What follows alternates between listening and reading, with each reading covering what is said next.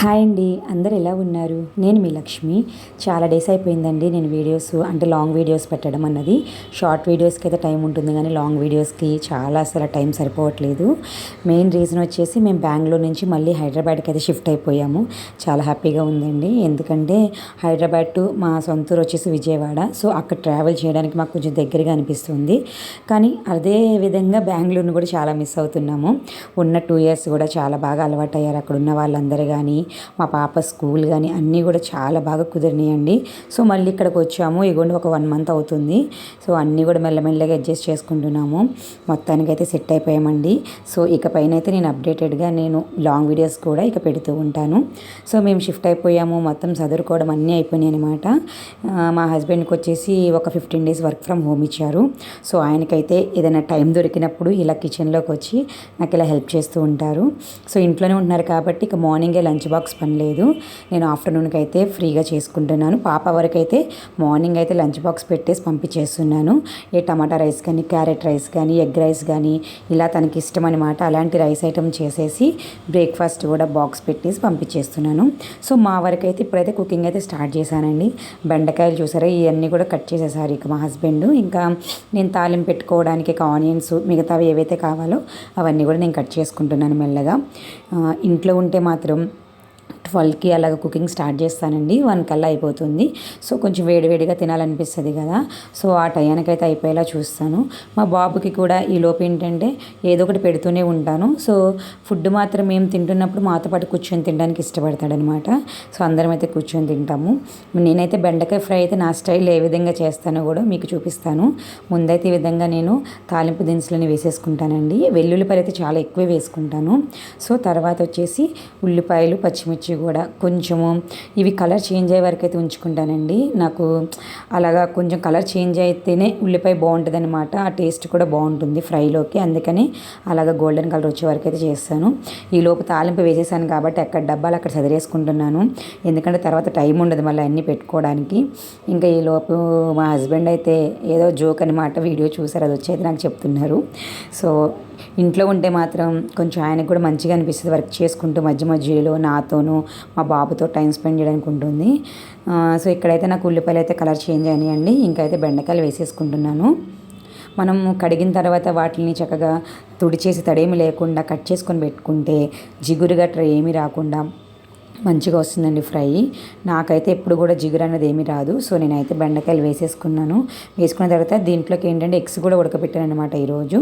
అవి కూడా చూడండి. ఇంకా మా బాబుకి ఏంటంటే ముందు ఎగ్ పెడదాము, ఎందుకంటే ఏ భోజనానికి ఎగ్ పెట్టే టయానికి మనకి గ్యాప్ ఉంటే వాళ్ళు అన్నం కొంచెం తినాలనిపిస్తుంది. సో అందుకని ఒక 1 అవర్ బిఫోరే నేను ఎగ్ పెట్టేస్తాను.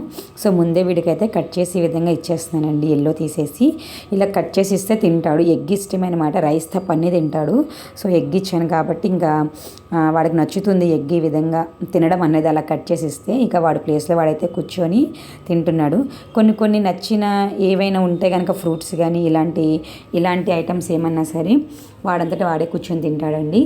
మిగతా అట్లకైతే ఇక నేను పరుగులు పెట్టాల్సిందే. సో నన్ను వెళ్ళమంటున్నాడు, వాడు తింటాడంట. సో అందుకని చెప్పి నేనైతే వచ్చేసి మళ్ళీ ఒకసారి ఇదైతే ఇలా పెట్టేసుకుంటున్నాను. చూసారా చక్కగా మగ్గిపోతుంది. సో ఇప్పుడు ఏంటంటే ఆల్రెడీ ఒక 60% వరకు కూడా నాకు మగ్గినట్టు అనిపించిందండి బెండకాయ. అందుకని చెప్పి ఉప్పు, పసుపు, కారం కూడా వేసుకుంటున్నాను. ఇప్పుడు లాస్ట్లో మనం వేసుకుంటేనే అప్పుడు మనకి అదేంటంటే ఆ వాటర్ కంటెంట్ లేకుండా బాగా వస్తుంది. ఎందుకంటే సాల్ట్ ముందే వేసేస్తే మనకి జిగురుగా అనిపిస్తుంది. అందుకని నేను కొంచెం లాస్ట్లో ఒక 20% ఇంకా ఉంది అన్న టైంలో నేను అన్నీ వేసుకుంటాను. సో అలా వేసుకుని మూతేం పెట్టకుండా ఈ విధంగా ఉంచేసుకుంటాను. కొంచెం సేపు ఉంచుకుంటే అది దగ్గరగా అయిపోతుంది అనమాట. ఈ లోపు అయితే ఇంకా నాకు దోసల పిండి కోసం అయితే నేను నానబెట్టుకుంటున్నానండి. కొద్దిగా మెంతులు కూడా వేసుకుంటున్నాను, మనకి కలర్ వస్తుంది, అంతేకాకుండా టేస్ట్ కూడా బాగుంటుంది అనమాట మెంతులు. అందుకని అవి కూడా వేసి అయితే నేను నానబెట్టేసుకున్నాను.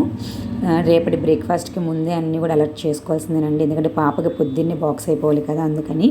సో ఇంకా నాకైతే బెండకాయ ఫ్రై ఆల్మోస్ట్ అయిపోయినట్టు అనిపిస్తుందండి. సో మళ్ళీ ఒకసారి తిప్పుకొని ఇంకా దాంట్లో ఉప్పు కారాలన్నీ కూడా సరిపోయినాయి లేదా అయితే చెక్ చేసుకుంటున్నాను.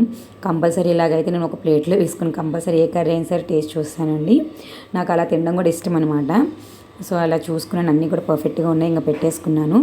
ఇంకేంటంటే ఫుడ్ తినాలి. ఇంకా మా హస్బెండ్ ఉన్నప్పుడైతే ఇలాగ అందరం కూర్చొని తింటాము. నేను ఆఫీస్కి వెళ్ళిపోయినప్పుడైతే బాబుకి ఒకసారి పెడతాను, తర్వాత నేను ఒక్కదాన్ని కూర్చొని అయితే తింటాను.